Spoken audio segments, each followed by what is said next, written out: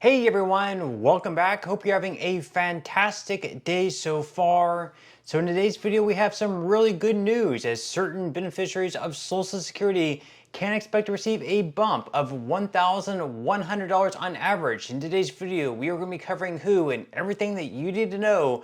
But before we go ahead and dive into it for today, if you would like to explore potential huge savings on your Medicare plan, then you might want to consider giving Chapter a call with that number up there on the screen today. The call is completely free. What do you have to lose? Give Chapter a call today. That is 612-895-2101. That is 612-895-2101. And again, historically on average, people who have worked with Chapter have saved right around $1,100 on their Medicare plan. So what do you have to lose? Give Chapter a call today. And thank you to Chapter for sponsoring today's video. Okay, so before we get into that $1,100 increase on average for certain Social Security beneficiaries, first off, we're going to be going into some other Social Security news.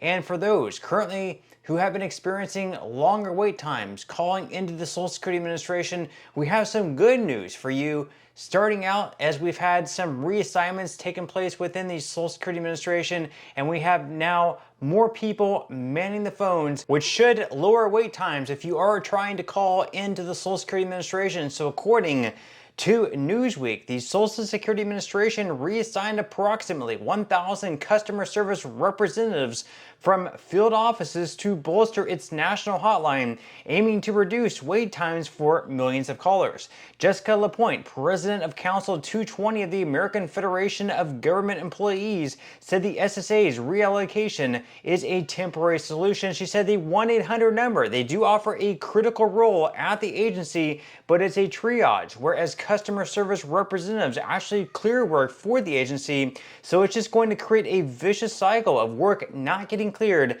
people calling for status on work that's sitting because the claims specialists now are going to have to pick up the slack of the customer service representatives that are redeployed to the teleservice center. So basically they're transferring people who were previously working on the things that needed to get done over to the phone. So now her point is that basically less things are going to get done, but at least whenever you call into the Social Security Administration, instead of waiting maybe 1 or 2 hours, maybe your wait time is going to go down by maybe, let's say, like 15-30 minutes. So you're going to be able to talk to someone that much sooner, but the work that you're waiting to have done might take even longer because we had these people reassign from previously doing the work now to doing a completely other type of work, actually answering phones. Now they go on here to say that Kathleen Romick, a former Social Security official who now works at the Center on Budget and Policy Priorities, estimated that there are 1,480 beneficiaries for each staff member. In 1967, the last time the agency had this few employees, there were 480 beneficiaries for each staff member, and the SSA previously reassigned more than 2,000 workers to public-facing roles in April, and earlier this year, CBPP researchers estimated that nearly 2 million additional in-person visits are now required annually due to staffing cuts and revised SSA protocols. So obviously some good news there, once again, for people who are trying to call in and get someone on the line that much sooner if they have an easier question to ask and they just don't want to wait, 2 or 3 hours to actually talk to someone. But obviously bad news for people who actually are waiting for something actively to get done, and there are now fewer people actually working on that. Now moving into our main topic of today's video, and that once again is an average increase right around $1,100 is not going to be seen directly in your check though. It's actually going to be seen in tax savings because yes, even though throughout all your working years, each paycheck that you're receiving, you're paying taxes that go into the Social Security Trust Fund, you're taxed via the payroll tax going both into Social Security as well as Medicare.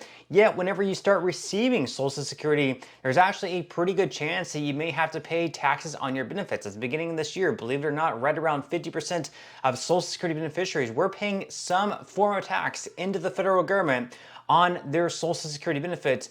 Now, because Trump signed this recent bill into law last week on July 4th, that's going to eliminate taxation at the federal level for right around 90% of Social Security beneficiaries. So we're going to dive into it today.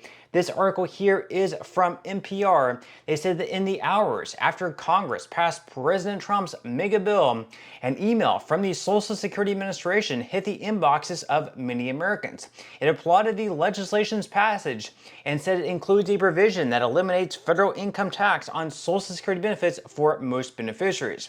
But experts say the email was misleading and that what's really in the new law is a bit more complicated. So of course that email was just a little bit misleading because they are saying that this bill's passage actually completely eliminated taxes at the federal level on Social Security benefits. This of course was untrue. What it did do is it actually increased the amount of people who receive Social Security, and they're no longer having to pay taxes on Social Security. Before, it was right around 66 or 50% of Social Security beneficiaries that did not have to pay any type of taxes on Social Security, and then actually increased up to, I believe, close to now 90% of Social Security beneficiaries that no longer had to pay any type of taxes on their Social Security benefits. Now, they go on here to say that Trump campaigned on the promise of no tax on Social Security benefits, but the new law doesn't create a special exemption for taxes on Social Security benefits.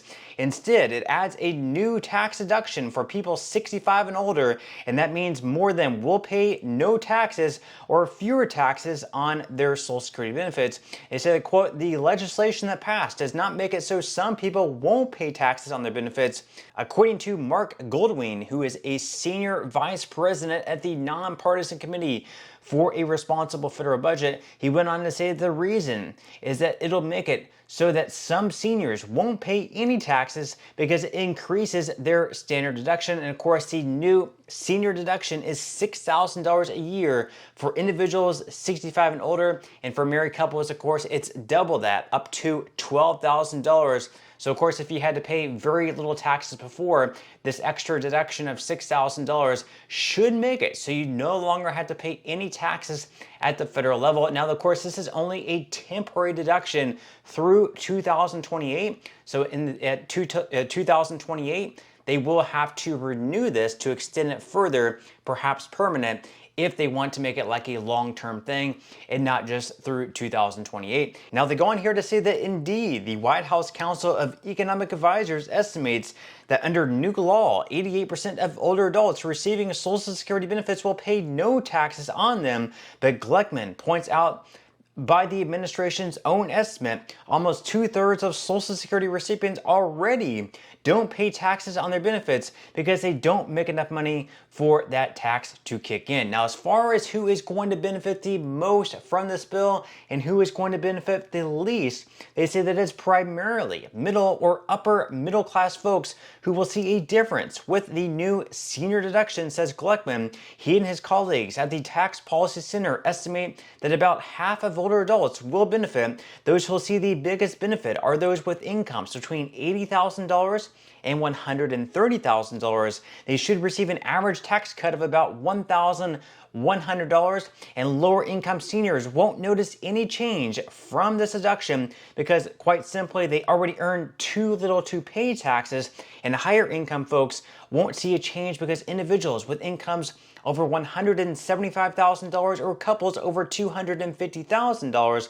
won't qualify for the new deduction. So if you already make very little, you're not going to benefit from this at all because you already don't pay taxes. So if you already currently don't pay any taxes at the federal level on your Social Security benefits, this is a bill you're not really going to see any benefit from. And of course, if you're a very high earner, someone who earns above $175,000 as an individual, you're also not going to benefit from this all because you earn too much to actually, use this extra standard deduction of $6,000. But with that said, leave your thoughts and comments below. What do you think about Trump's one big beautiful bill? Did you like what they had in it? Did you dislike it? Leave your thoughts and comments below. But that's all we have for today's video, and I will see you in the next one.